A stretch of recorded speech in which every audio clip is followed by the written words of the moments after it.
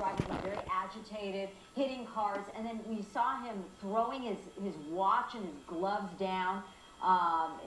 You described this a little while ago, that he took his watch off, his glove, and just throws them on the ground, right? You can see how upset he is, and just his whole attitude, everything he's done, just tells you that this guy's really unhappy about something. And clearly they've seen this, they've studied him, they've watched him, and hopefully they have a better handle on just what kind of person they're dealing with in this pursuit. But as you pointed out, very difficult. There's not a whole lot you can do. There's very few ways that they can really try to stop him. They can't really do a pit maneuver. And now we saw that they have some motorcycle units right there behind him, and hopefully that will give them the upper handle on this whole situation. So they started off as definitely. They started off as trying to stop this motorcyclist for speed. Obviously, he did not stop, and Officer Ming Shu with the CHP told us that there's no plate visible on this motorcycle, so they have not been able to see who it's registered to and make contact with anyone. They don't know if the stolen motorcycle or the person that it's registered to is the driver himself. But this has been going on starting in Rancho Cucamonga. Here we are now in Burbank. And hopefully he'll just have to stop when he runs out of gas, because he's traveled for some distance now. But there he is now, able to weave in and out of traffic now that there's heavier traffic, but you've got those CHP motorcycle units right behind him. Yeah, and this is...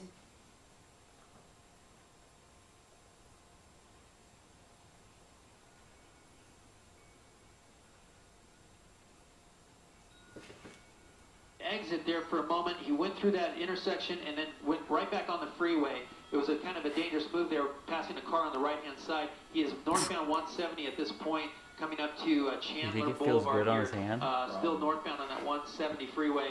Was he waving? Dangerous move there as he proceeded off the off-ramp there. Now he's looking at him. He's looking at his hand like he's in pain. That move must have caused him some pain there, going through, probably having to brake. You know, he had to slow down a bit there, maybe squeezing that wrist. Was painful for him, but again, a very sketchy move there as he exited the freeway last minute and then jumping right back on the freeway. You can see him, definitely he's got some pain. Look at him switching his hand here. Switching hands. He's now throttling with his left hand. Oh, wow. So, you know, he may be having trouble with both hands at this point. Oh, my But goodness. look at him. He's very, very agitated at this point. Very dangerous for this driver. Left-handed, crossing his arms there, pulling on that throttle, but continuing to drive. And look at that. I mean, now he's switching back over to a normal position with his hands. But, you know, very dangerous situation for this driver, this motorcycle. He's definitely in some pain. And, you know, it just boggles the mind why he wouldn't just pull over and give it up. Yeah, and you can easily understand how at that rate of speed, by reaching out and even putting his hand in the way of another car as he's passing, allowing the other car to smack him in the hand and in the wrist, that he could have broken a bone. He could have broken several bones. He looks like he's having a really rough time just handling the bike down there, Gil. Oh, yeah, definitely. He's definitely in some pain, serious pain here.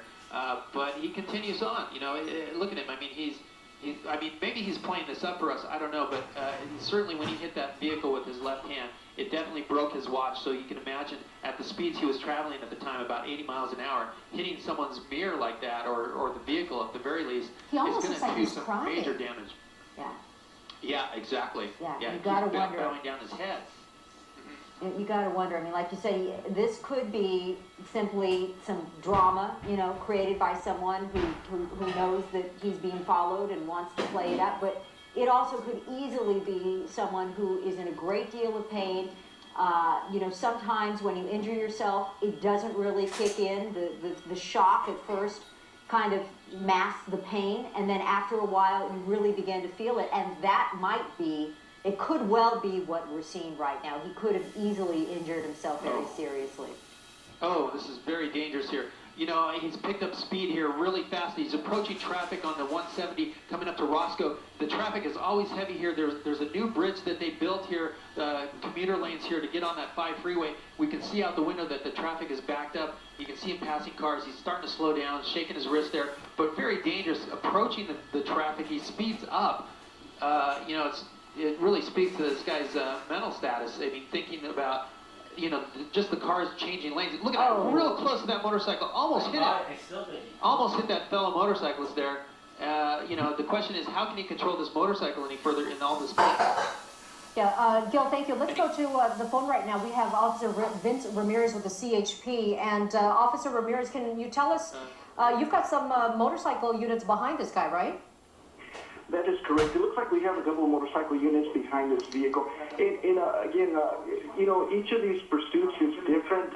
In this situation, obviously, being a motorcycle being a little more agile and able to maneuver between vehicles. So, you know, looks like he's running out of real estate here. But, Officer Ramirez, I'm so sorry to cut you off, but we're going to go back up to our Gil Levis and Sky 9 to tell us exactly where this guy is right now.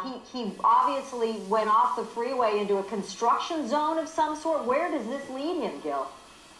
That's right. This is right at the 170 and the 5 freeway, the construction area. There he's down. He's down on the ground. He's given it up here. He didn't have anywhere to go at this point. The 5 freeway is just in front of him.